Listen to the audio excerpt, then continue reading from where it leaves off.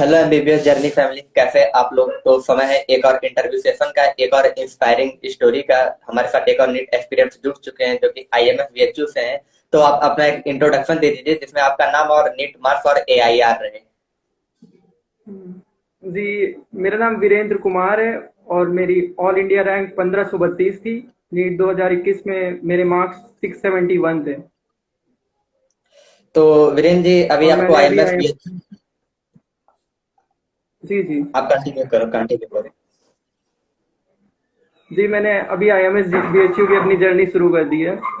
अभी हम्म, अप्रोक्सीमेटली मुझे 10 डेज हो चुके हैं। तो ये बड़ी खुशी की बात है कि जो कि आईएमएस बीएचयू एक जाना माना टॉप कॉलेज है वो आपको अलॉट हुआ है। तो आपको नीट करने की, डॉक्टर बनने की इंस्पिरेशन कहाँ से मिली थी कि नहीं मुझे डॉक्टर ही बनना है? एज सच मेरा डॉक्टर बनने का कोई इंस्पिरेशन नहीं था। मतलब मैं बस अपनी पेरेंट्स की एक्सपेक्टेंसी पे खड़ा उतरना चाहता था। मैं पहले तो मेरा मतलब कि इंजीनियरिंग की तरफ ज़्यादा इंटरेस्ट था। बाद में फिर जब मैंने अपना स्कोप देखा तो इंजीनियरिंग में ज़्यादा एप्लीकेशन नहीं होता है। जैसे सॉफ्टवेयर इंजीनियर तो मैं ज़्यादा बनना चाहता नहीं था। तो उस वजह से मैंने डॉक्टर की तरफ स्विच किया, क्योंकि इसकी तरफ से आप सोसाइटी को काफ़ी अच्छा हेल्प कर सकते हैं। तो आपकी ये नीट प्रिपरेशन की जर्नी स्टार्ट कहाँ से थी? कहाँ से आपने नीट प्रिपरेशन करना शुरू किया था?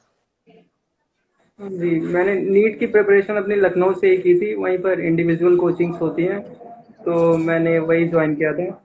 और जैसे इंडिविजुअली मतलब कि एक कोचिंग एक सब्जेक्ट का टीचर पढ़ाता है वहाँ पे। और हम्म। बाकी सब मैंने वहीं से किया। और मैंने न्यूलाइट की टेस्ट सीरीज ज्वाइन किया था, क्योंकि वो काफ़ी एनसीईआरटी बेस्ड रहती है। तो ये जो तीनों सब्जेक्ट होते हैं, फिजिक्स, केमिस्ट्री और बायोलॉजी, इनके लिए आपकी अपनी क्या प्रिपरेशन स्ट्रेटजी रही थी हर एक सब्जेक्ट के लिए आखिरी टाइम पर? आखिरी टाइम पे पहले तो मैं फिजिक्स को बहुत ज़्यादा टाइम देता था। जैसे कि जब स्टार्टिंग हुआ था अपना नीट का प्रिपरेशन की, तब मैं फिजिक्स को काफ़ी टाइम देता था, क्योंकि फिजिक्स टाइम कंज्यूमिंग काफ़ी होता है। और बायोलॉजी मैंने एंड मोमेंट के लिए रखा था, और मैं लास्ट ही मोमेंट को उसको रिवाइज करता था। और फिजिक्स के लिए मैं थ्योरेटिकल कॉन्सेप्ट के लिए मैं कभी कभार एनसीईआरटी रेफर करता था, फिजिक्स के लिए भी। और केमिस्ट्री तो मैं फुल्ली एनसीईआरटी बेस्ड ही करता था। जैसे मैंने कुछ क्वेश्चन ऐसे देखे थे ऑर्गेनिक में, जो कि इंटरमीडिएट पूछा जाता है, तो डायरेक्ट वो एनसीईआरटी बेस्ड ही होता है। तो मैंने इसलिए एनसीईआरटी बेस्ड ही प्रिपरेशन की थी अपनी।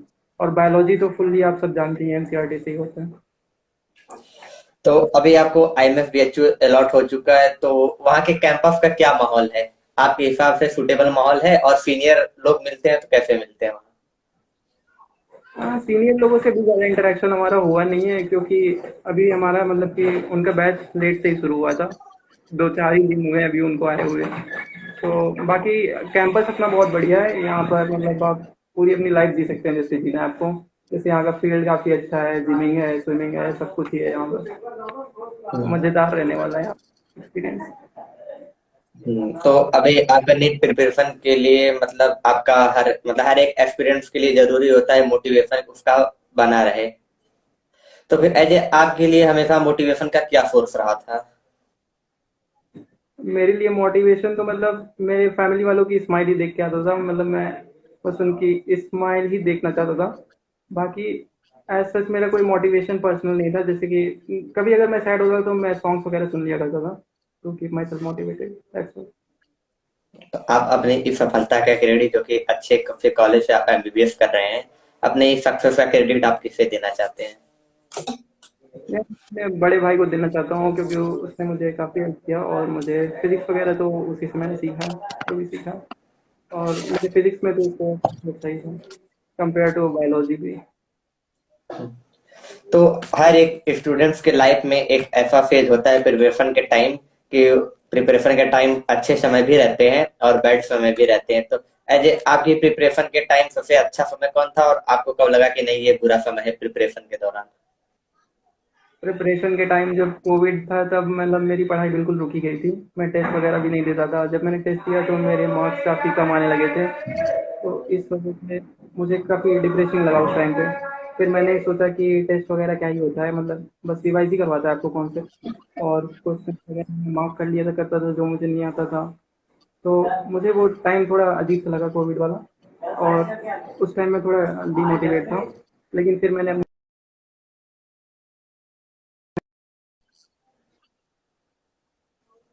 मैन। तो रिसोर्सेस आपने क्या क्या यूज किए थे वीरेंद्र जी अपनी प्रिपरेशन के दौरान?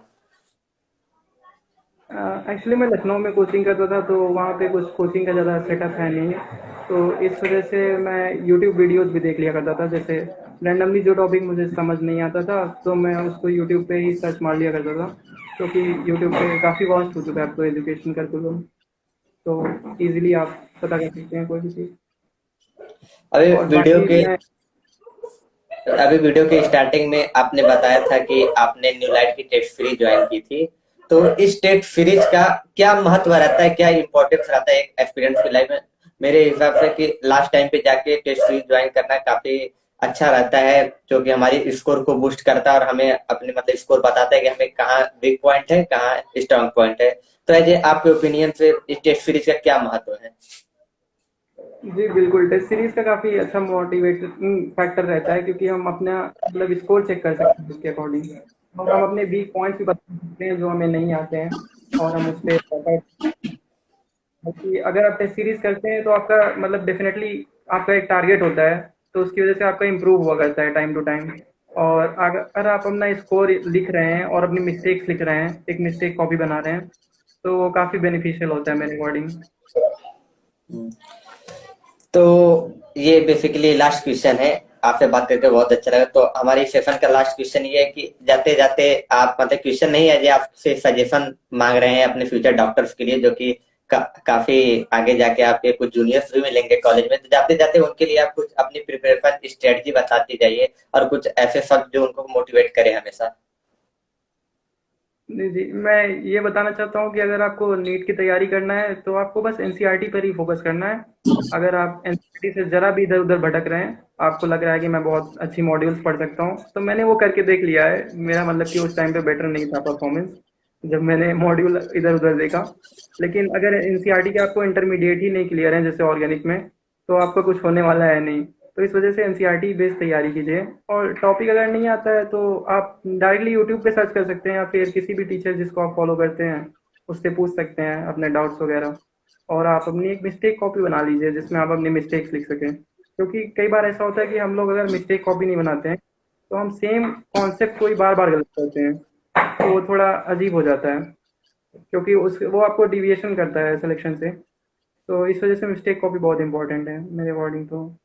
और बाकी 2022 तो छोड़ना ही है आपको, यही सोच लीजिए, क्योंकि मेंटालिटी भी अच्छी होनी चाहिए। क्योंकि अगर मैं अपने फर्स्ट ड्रॉप की बात करूं तो मेरी मेंटालिटी काफ़ी बेकार थी उस टाइम पे। मैंने सोचा कि पिछली बार उसके पहले स्कोर जो था कट ऑफ वो 574 अराउंड था समथिंग, तो मैंने सोचा कि 600 मार्क्स लाते हैं और अच्छे से सिलेक्शन होगा। फिर बाद में जब रिजल्ट आया और काउंसलिंग हुई तो मुझे पता चला 600 मार्क्स वाले का भी सिलेक्शन नहीं हुआ। और मेरे उस टाइम पे स्कोर 586, तो इसलिए मैंने अपना सेकंड टाइम में बहुत अच्छा टारगेट रखा। मैंने सोचा 700 प्लस ही लाने हैं जो भी है। तो ठीक है, मैंने थोड़ा सा अपना टारगेट से डिबेट हुआ, मतलब थोड़ा कम मार्क्स आए, लेकिन हाँ 671 भी अच्छा ही मार्क्स है। तो मुझे लगता है आपको अपना कॉन्फिडेंस हाई रखना चाहिए, और स्कोर तो धीरे धीरे इम्प्रूव हो ही जाएगा अगर आप जैसे जैसे कॉन्सेप्ट पढ़ेंगे। तो मॉक टेस्ट मतलब तो ड्रॉप से ये बात है कि जब आपने ड्रॉप लिया होगा तो अपने आप को काफी मजबूत किया होगा अपने मतलब अंदर से। तो कई सारे स्टूडेंट के साथ ये रहता है कि वो ड्रॉप लेने के बाद काफी ज्यादा डिप्रेशन में चले जाते हैं। तो इसका क्या सोल्यूशन है एज ए डिप्रेशन? जी बिल्कुल। जब मेरा फर्स्ट टाइम ड्रॉप हो गया तो मैं मतलब बहुत ज़्यादा अपने घर पे भी लड़ाई की कि हाँ ये सब बिल्कुल फर्जी हो रहा है, ये सब क्या ही होता है। अपने नीट का अपना काउंसलिंग का मतलब जो भी था, वो मार्क्स इतना ज़्यादा कैसे बढ़ गया कट ऑफ, तो मुझे लगा थोड़ा अजीब सा। लेकिन मैं सोचता हूँ कि अगर मुझे पिछली बार मेडिकल कॉलेज मिल भी जाता तो कोई नीचे वाला ही मिलता, और इस बार टॉप मेडिकल कॉलेज ही मिला है, तो इसलिए मैं इसीलिए मोटिवेटेड रहता हूँ बस इसी बात से, क्योंकि कुछ ना कुछ बेटर ही होने वाला है अगर आपके साथ कुछ गड़बड़ हुआ है तो। तो वीरेन जी थैंक यू वेरी मच, अच्छा लगा आपसे बात करके। हम आगे ऐसे और इंस्पायरिंग स्टोरी लाते रहेंगे जिससे जो हमारे फ्यूचर डॉक्टर्स को काफी हेल्पफुल रहे।